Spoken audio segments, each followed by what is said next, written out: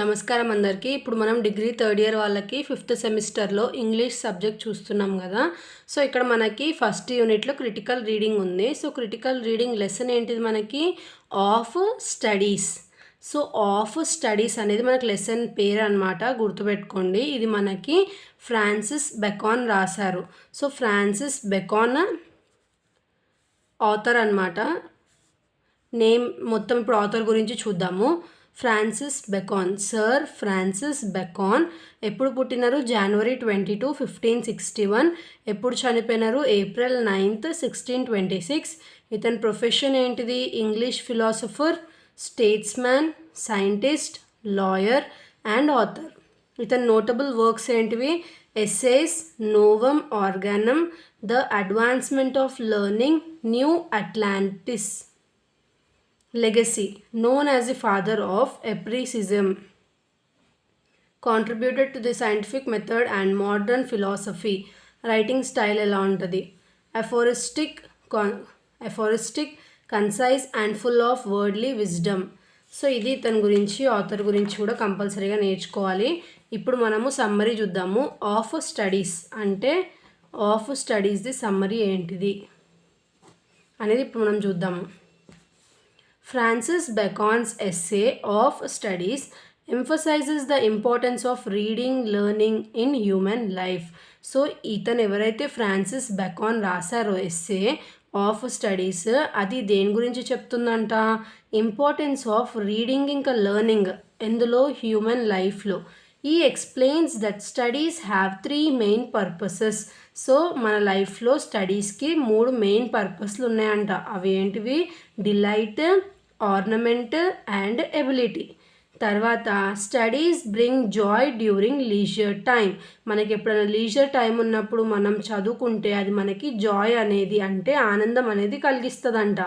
Helps improve conversations by adding knowledge and strengthen one's ability to make better judgements and decisions. So ఇలా మనం leisure టైంలో చదువుకోవడం వల్ల మన కన్వర్జేషన్స్ ఏవైతే ఉంటాయో అవి ఇంప్రూవ్ అవుతాయంట. ఇంకా నాలెడ్జ్ పెరుగుతుందంట. జడ్జ్మెంటల్ స్కిల్స్ ఇంకా డెసిజన్ మేకింగ్ అనేది ఇంప్రూవ్ అవుతుందంట మనిషిలో. However, Bacon also warns that spending too much time on studies can lead to laziness and an imbalance in life. So మన లైఫ్లో మనము ఎక్కువ టైం గనక చదువు మీదనే స్పెండ్ చేస్తున్నట్టయితే అది ఏం చేస్తుందంట? లేజినెస్ని ఇస్తుందంట మన బాడీకి. ఇంకా మన లైఫ్ అనేది ఇంబ్యాలెన్స్ అవ్వే ఛాన్సెస్ కూడా ఉన్నాయని చెప్పి బ్యాకన్ మనకి వార్న్ చేస్తున్నారు. While studies are essential, they should be pursued wisely and not excessively. So వైస్గా అంటే తెలివితోని మనం చదువుకోవాలి, ఎక్సెసివ్గా చదువుకోకూడదు. అంటే మరీ ఎక్కువ చదివినా సరే అది మన బాడీని లేజీ చేస్తుందంట.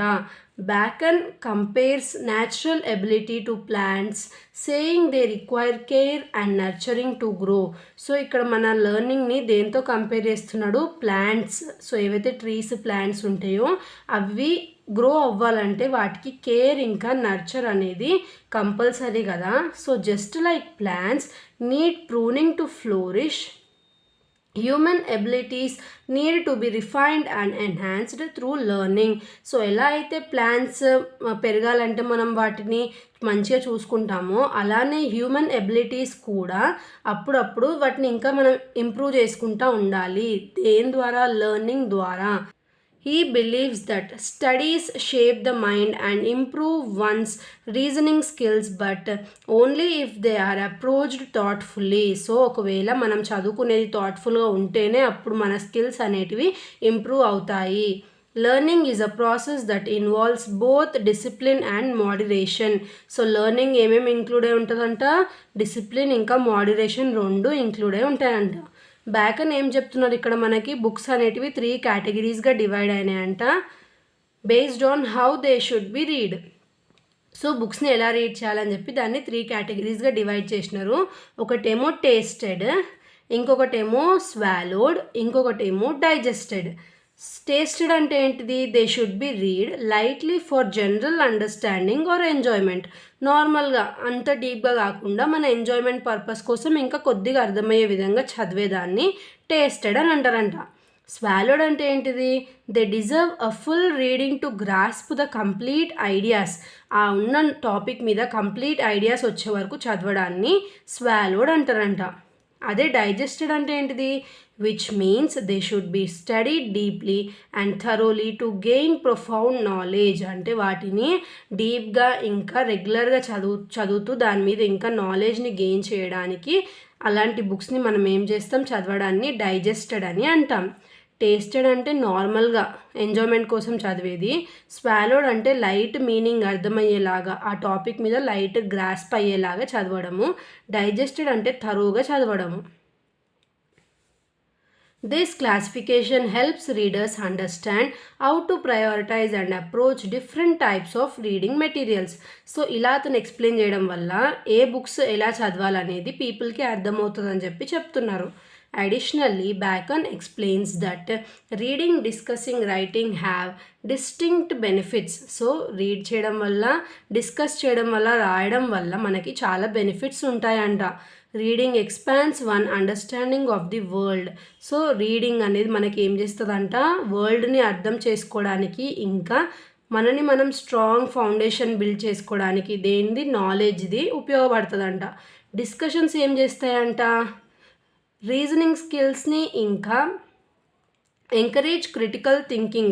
Ever we human beings we as they challenge individuals to defend and refine their ideas. తర్వాత రైటింగ్ దేనికి ఉపయోగపడుతుంది? On the other hand helps perfect once ability to express thoughts clearly and effectively. So మన థాట్స్ని మనం ఎఫెక్టివ్గా ఇంకా క్లియర్గా explain చేయడానికి writing అనేది చాలా చాలా ఇంపార్టెంట్ అంట. Together, these activities contribute to personal and intellectual growth. So ఇవన్నీ యాక్టివిటీస్ వల్ల మన పర్సనల్ ఇంకా ఇంటెలెక్చువల్ గ్రోత్ అనేది ఉంటుందంట. However, Bacon also highlights the danger of misusing studies. So ఇక్కడ మనకి Bacon ఏం హైలైట్ చేస్తున్నాడు? స్టడీస్ని మిస్యూజ్ చేసే డేంజర్ కూడా ఉందంట. He warns against using knowledge to show off or prideful purposes. Instead, he stresses that knowledge should be applied practically to solve problems and make better decisions. So అతను ఏం చెప్తున్నాడంట? కొంతమంది నాలెడ్జ్ని show off చేయడానికి ఇంకా prideful purposes కోసం వాడతారు. మనము ఎప్పుడు నాలెడ్జ్ ఏదైతే ఉందో దాన్ని ప్రాక్టికల్గా ప్రాబ్లమ్స్ని సాల్వ్ చేయడానికి ఇంకా బెటర్ డెసిషన్ మేకింగ్ కోసం వాడాలి అని చెప్తున్నారు. He values wisdom and practical use of knowledge over mere theoretical understanding. Conclusion of studies emphasizes the balance between gaining knowledge and using it effectively. మనం ఎలా నాలెడ్జ్ని గెయిన్ చేయాలి, దాన్ని ఎఫెక్టివ్గా ఎలా యూస్ చేయాలి, మనకు బెనిఫిట్ అవ్వాలంటే అనేది Bacon ఎక్స్ప్లెయిన్ చేశారు. Bacon encourages people to approach learning thoughtfully and with purpose. మనం చదివేదానికి ఒక మీనింగ్ ఉండాలి, దానికి ఒక పర్పస్ ఉండాలి.